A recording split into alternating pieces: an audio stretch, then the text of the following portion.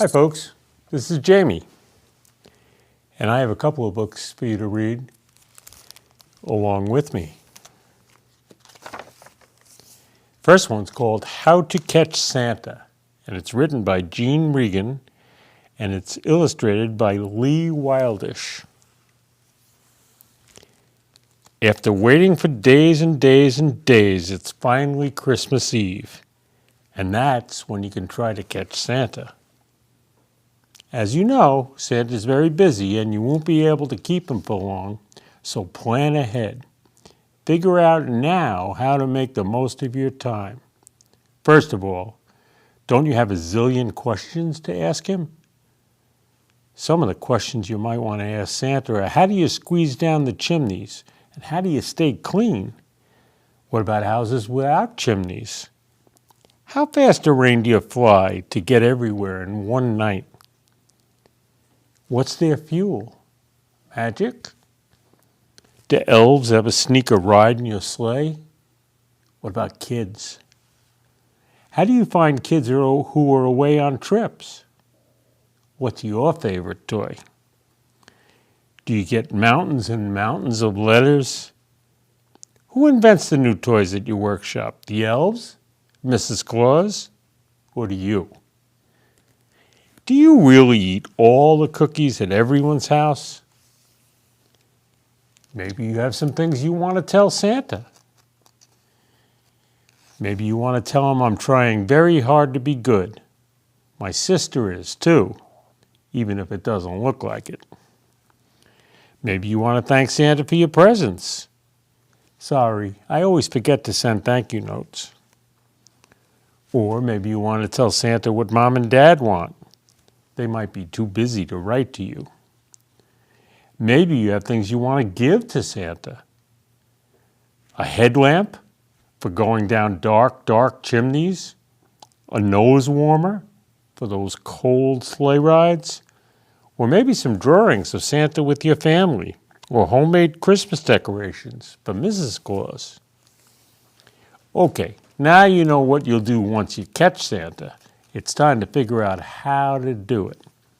Definitely don't try to do anything too wild and crazy, like lassoing Santa, or distracting him with a giant candy cane, or luring him into a snow trap, or tying him, or trying to catch him in a net between two palm trees.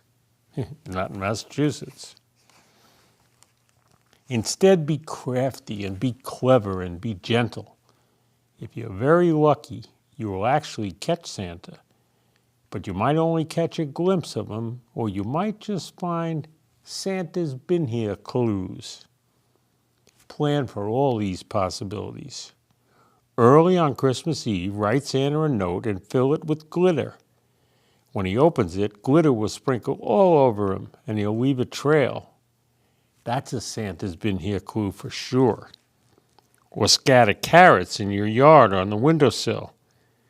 If they disappear, that's a reindeer's been here clue. Write Santa riddles, but don't give him the answers yet. Bake him cookies. Instead of putting them by the tree, draw arrows leading to your room. And string bells and chimes above the cookies. That way he'll make a racket and wake you up. Now try to be patient while you wait. Sing Christmas songs and read books about Santa. Maybe you'll even get some new Santa catching ideas. Ask your mom and dad if they ever tried to catch Santa when they were little. Do they have any tricks? Even check with your grandma and grandpa.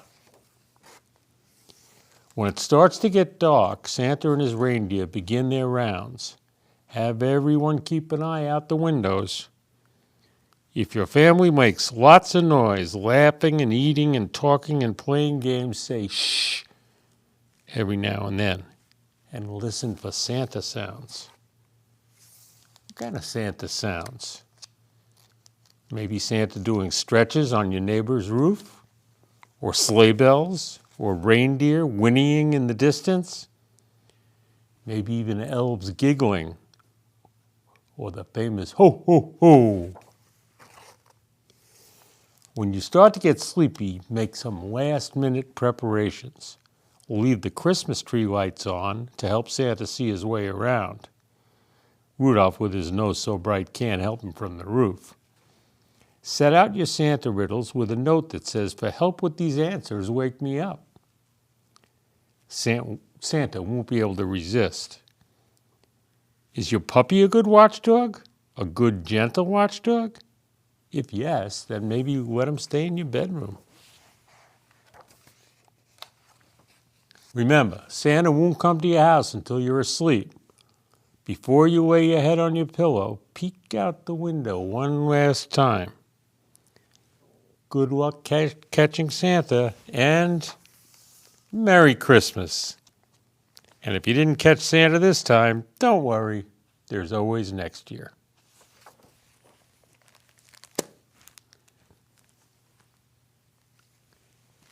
I have another one.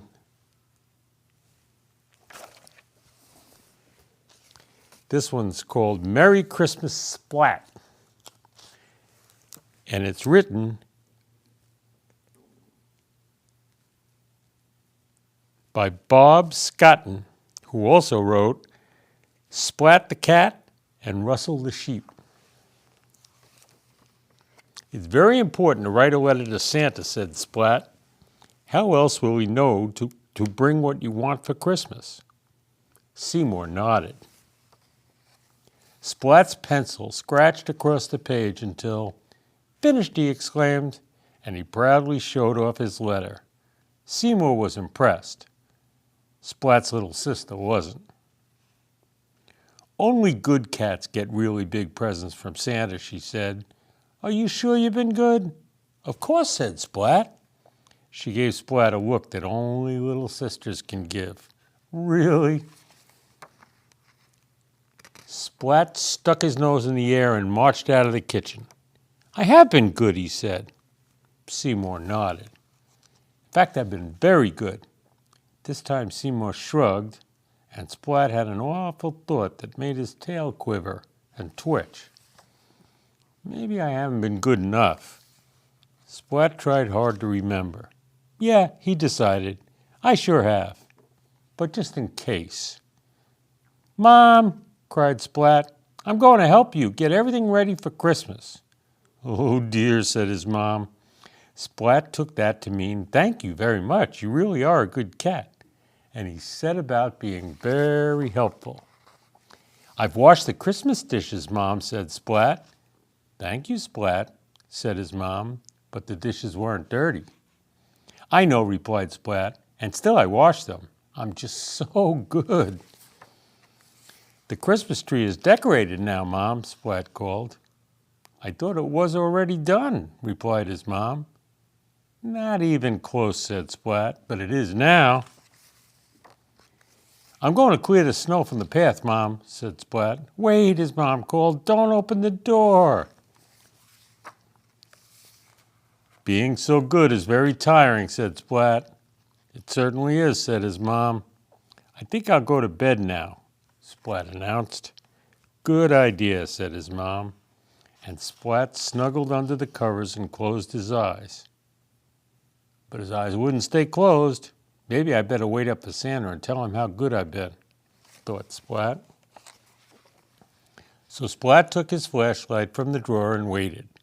All was quiet until clip-clop, clip-clop, Splat heard a reindeer on the roof. But the clip-clop slowly turned into tick-tock, tick-tock. It was only his clock. Splat rolled over just in time to see a shadow appear on the wall. "Santa!" Splat called. But it was only Seymour making an ice angel on the window. Splat huffed and plumped up his pillow and waited some more.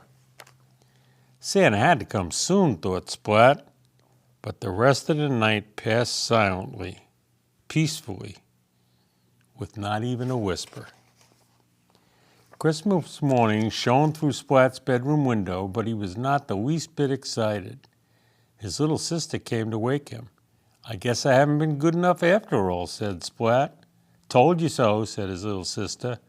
"But you can play with Kitty if you like." "Thanks." Splat said in a little voice.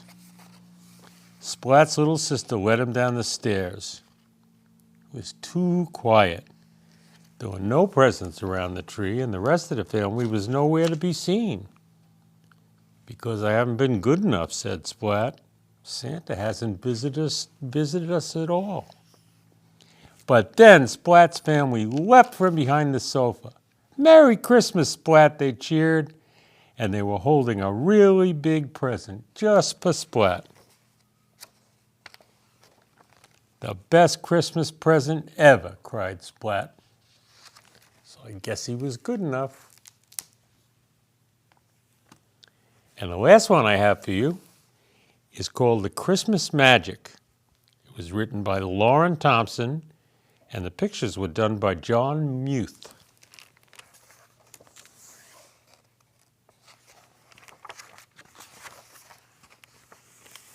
Far, far north, where the reindeer are, there's a snug little house with a bright red door, and in that house lives Santa Claus. Every year, just when the nights are longest and the stars shine brightest, Santa feels tingling in his whiskers. Then he knows that the Christmas magic will soon be here. First, Santa gathers the reindeer from the sparkling fields of snow. Come along home now, he calls to them. The magic will be here soon. In the cozy barn, Santa brushes the burrs from the reindeer's shaggy coats and treats them to parsnips and berries. He then swings open a creaky old door that's been closed since Christmas last. Behind that door waits the big red sleigh. Santa rubs its rounded sides, and the sleigh softly gleams. Then Santa lifts the harness from its hook and polishes the bells till they jingle together brightly. The reindeer raise their heads when they hear the music of the bells. Is the magic here? No, not yet, Santa tells them. It's not here yet. Inside his snug little house, Santa oils his old black boots with care. He darns the hole in his thickest wool socks, and he combs his curly white beard and gives his mustache a trim. Then Santa climbs the creaking staircase to the room at the top of the house. This is the room where all the toys are kept. Toys of every kind. And here, too, Santa keeps a thickly bound book, and the names of all the children are written in this book. Santa runs his fingertip down the crinkling pages. One by one, he reads each child's name aloud and smiles. For Santa loves them all, and he knows what each child at heart wants most. Then he chooses a certain toy and tucks it into his creased leather sack. And always, the magic draws closer. When every gift's been chosen and the pack is nearly overflowing, Santa closes the bundle up tight, and all is ready. Then, this deep winter's night, the stars begin to shine more brightly than ever. They fill the dark night with their flaming light. Now, in their harness, the reindeer pour at the snow. They know the magic is near, very near. Santa knows too. He gazes up at the brilliant, numberless stars, and he thinks of all the children and how he loves them so. Suddenly, a warm tingling spreads from his whiskers to his soles, and around him the night begins to thrum with magic. The kind of magic that makes reindeers fly. With the shake of his reins, Santa calls to his team, "Hi, let's be off!" And the reindeer pull hard at the harness, and the bells begin to jingle. Soon the sleigh is speeding across the snow, and all at once Santa and the reindeer are climbing steeply through the air. Santa sees his little house glowing far below, and the starlight way above. The Christmas magic is here at last. It's come at last, as it always has and always will. So Merry Christmas. Have a wonderful holiday season. Hi, boys and girls. I'm Jo Toll.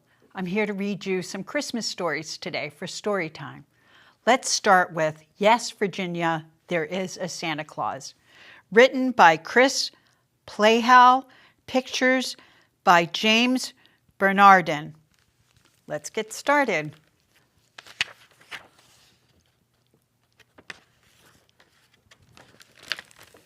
Christmas time is full of joy and happiness, usually. But one year, long ago, Christmas wasn't very happy at all. Times were hard in New York City, and the weather was especially cold. People hurried through the streets, bundled up against the chill.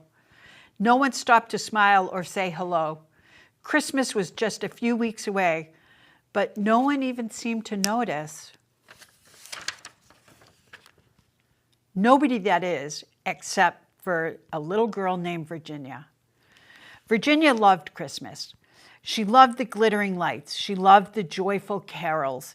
But most of all, she loved Santa Claus.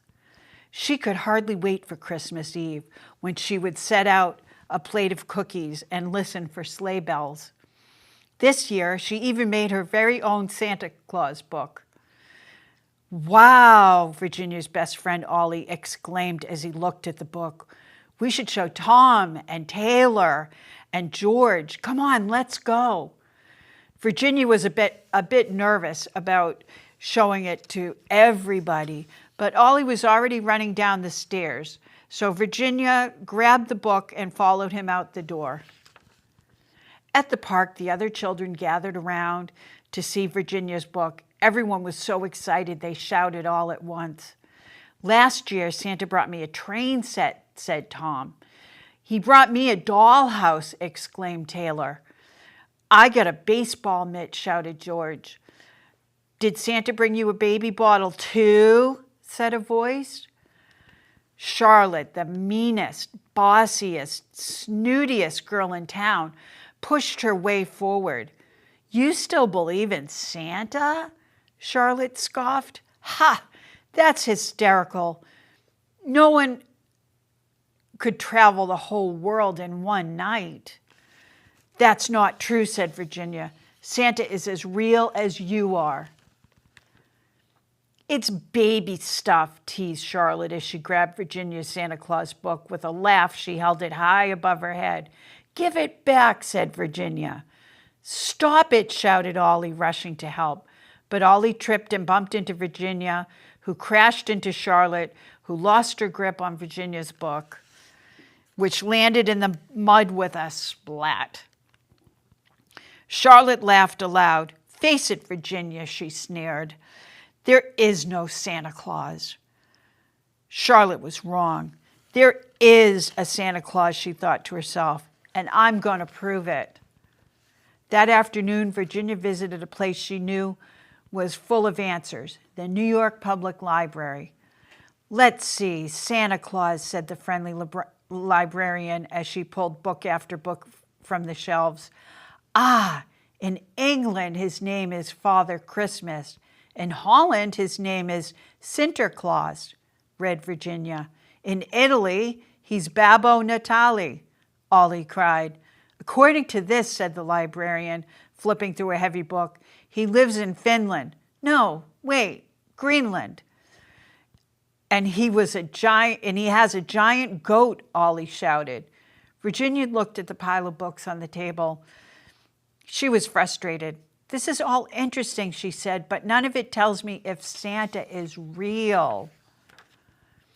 That evening, Virginia passed through Herald Square in the heart of the city. A man with a beard and red hat stood on the street corner. Virginia's heart leapt, but the man was skinny and scraggly, and his beard was tied on with a string. "You're not Santa Claus," Virginia said. "That's true, I'm not," replied the man. "Then why are you dressed like him?" Virginia asked.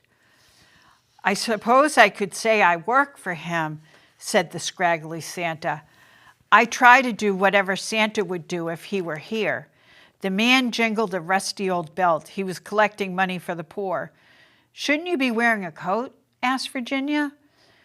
Well, I had one, replied the man, but someone needed it more than I did. Can you see he gave the coat to that woman who was holding the baby? That night, Virginia asked her father, is there really a Santa Claus? He began. Well, someone brought you presents last year and someone ate the milk and cookies you left out. So logically, but Virginia wasn't listening to her father's long-winded explanation. She was looking at something on her father's desk, a copy of the New York Sun. That's it, Virginia cried. I could write to the newspaper. Well, yes, I suppose you could, said her father. After all, if you see it in the Sun, it's so. Virginia went straight to her desk. She took out a pencil and paper and she began to write a letter. Dear editor, she wrote, some of my little friends say there's no Santa Claus. Papa says if you see it in the Sun, it's so. Please tell me the truth. Is there a Santa Claus? Virginia smiled. She knew that when the Sun received her letter, the editor would surely give her the answer she needed. A few days later, Virginia's letter arrived at the newspaper office. Santa Claus, growled Francis Church, editor of the Sun. This is preposterous. We report facts, not fantasies. I don't know, sir, said Lewis, Mr. Church's assistant. Maybe you should answer it. Lewis, people rely on this paper for the truth, said Mr. Church. We need to maintain our credibility. But she's only a child, Lewis pleaded. Everyone grows up sometime, Mr. Church said coldly. He tossed Virginia's letter down the garbage chute, which shut with a loud clang. Meanwhile, Virginia sat in her room and moped. She'd been waiting and waiting, but hadn't heard back from the newspaper. I just need some proof, Virginia sighed. Virginia, her mother said, believing in Santa isn't something you prove. It is something you do. Whenever we act like Santa would and are kind to others, that proves that he is real. Virginia thought about that and she remembered someone else who acted like Santa Claus. Suddenly, she had an idea. The next day, Virginia brought scraggly Santa a Christmas present, a new coat. He exclaimed, just what I needed. Virginia, said Virginia. Well, Virginia, he replied, today you're Santa Claus. And even though scraggly Santa was the one wearing the coat, Virginia felt warm inside. Isn't that adorable, said a familiar voice. Virginia turned to see Charlotte standing nearby. On her face was a nasty smile. In her hand was a crumpled letter. I found this outside the newspaper office, Charlotte said, in a garbage can. Virginia felt a hole in the pit of her stomach. The newspaper had thrown her letter away. She couldn't believe it. With tears in her eyes, she ran as fast as she could. That night, scraggly Santa burst into Mr. Church's office. This letter was written by a friend of mine, said scraggly Santa. I think you'd better answer it. I'm sorry, but I only print the facts, replied Mr. Church gruffly. When people believe, they make the world a better place, he said. Answer that letter and you'll give this girl and maybe this whole city something to believe in. That night, Mr. Church didn't go home. Long after everyone else was asleep, he sat in his office thinking about what scraggly Santa had said. If you see it in the Sun, he mumbled to himself, it's so. Virginia wasn't sleeping either. She felt like everything she loved, presents, Christmas, Santa Claus, just didn't matter anymore. Baby stuff, she sniffled sadly. The next morning at breakfast, Virginia stared at the porridge. She didn't feel like eating. She didn't feel like doing anything. Virginia's parents were worried. They had never seen their daughter so upset. Then there was a knock at the door. Look, shouted Ollie as he held up a newspaper. Virginia gasped as she read the headline. She couldn't believe her eyes. In the paper was an editorial, a message written just for her. Virginia, your little friends are wrong. They do not believe except for what they see. Yes, Virginia, there is a Santa Claus. He exists as certain as love and generosity and devotion exists. How dreary would be the world if there were no Santa Claus. It would be as dreary as if there were no Virginias. There would be no childlike faith, no poetry, no romance. The eternal light with which childhood fills the world would be extinguished. No Santa Claus? Thank God he lives and lives forever. 1,000 years from now, Virginia, nay, 10 times 1,000 years from now, he will continue to make glad the heart of childhood. Virginia had never been so happy. There was a magical feeling inside of her bursting to get out. Merry Christmas, she shouted to the street below. Merry Christmas, replied an old man who was passing by. He had rosy cheeks and a snowy white beard and a twinkle in his eye. The old man reached into his coat and handed something to Virginia. It was her Santa Claus book, good as new. With the tip of his hat, the old man continued on his way. Virginia smiled as she watched him go. And as she stood on the step, book in hand, Virginia thought the whole world seemed to glow a bit brighter. The full letter from the New York Sun, the response is, there is Santa Claus.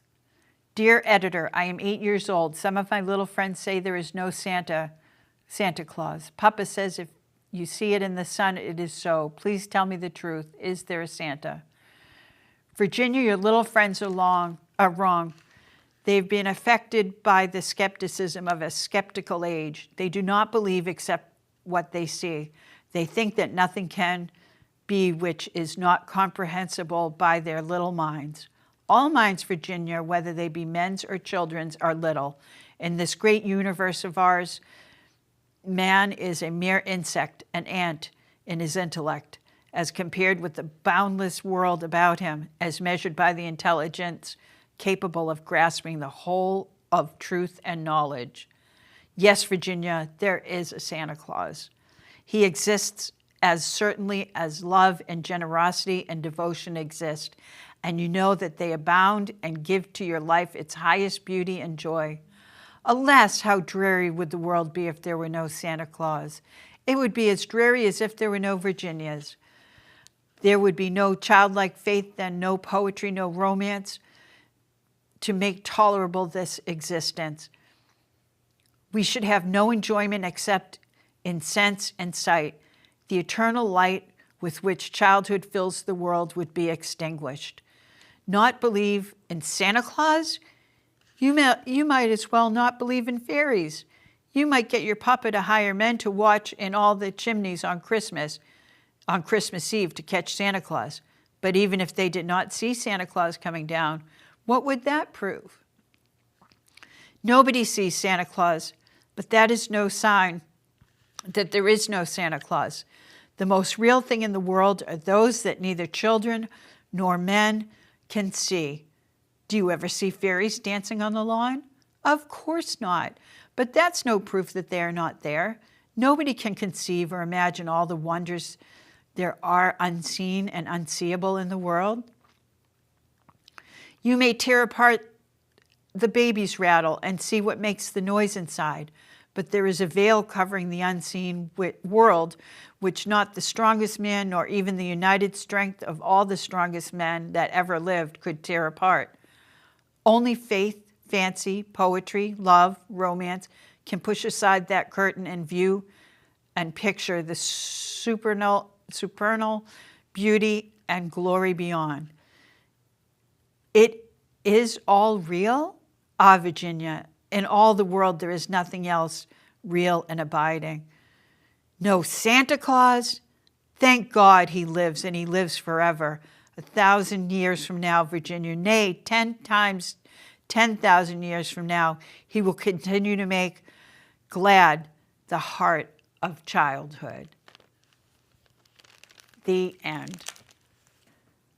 Hi, the next book I'm going to read is called Olive the Other Reindeer. It was written by Vivian Walsh and J. Otto Seibold, illustrated by J. Otto Seibold. Every day, Olive took her daily dog walk, winter, spring, summer, or fall. Today was a winter day. It was the holidays. There was music playing outdoors.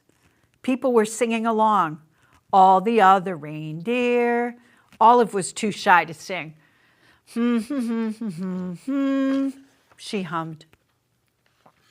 Back at her doghouse, Olive was wrapping presents and listening to the radio. She heard the same song again. All the other reindeer, went the song. Olive the other reindeer, Olive sang along. Olive the reindeer, said Olive. I thought I was a dog. I must be a reindeer. It was the time of year when reindeer reported to the North Pole to help Santa Claus. Olive put down her scissors carefully and marched out the door. She took one bus and then 2 buses. She got there just in time. Santa was checking his list for the second time. Elves were very busy helping the reindeer and loading the sleigh with presents for all the good boys and girls. Everyone was getting ready to go. Olive took her place. Santa noticed that there was a little dog in the lineup. Santa knew a lot about dogs. For instance, they can't fly. But it was time to go. He decided to give Olive a chance. Comet, the biggest reindeer, used a piece of extra ribbon to make sure Olive was tied in safe and tight. Now they were ready to go. Can you see Olive tied onto the reindeer, flying through the air? Olive was surprised it was so easy to fly. The other reindeer were very curious about the new helper. They looked at Olive so much they weren't watching where they were going. Crash! They flew smack into the top of a too tall tree.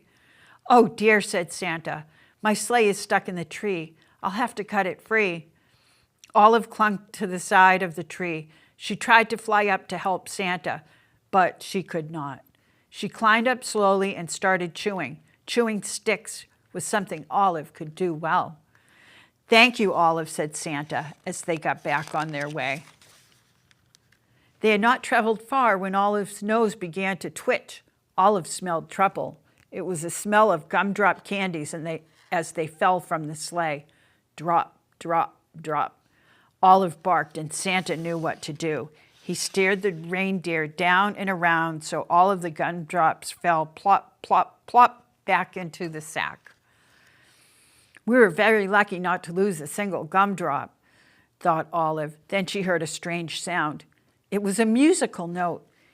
Eee! She spun around on her string to see the night sky filled with falling flutes.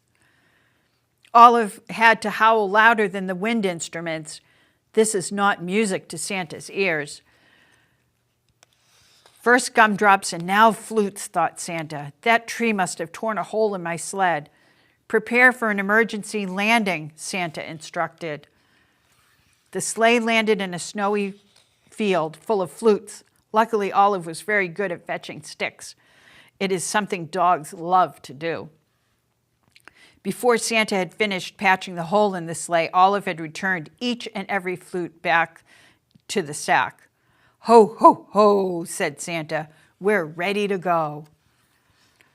They were running late, but after a while, all the good children received their presents, and his team headed home.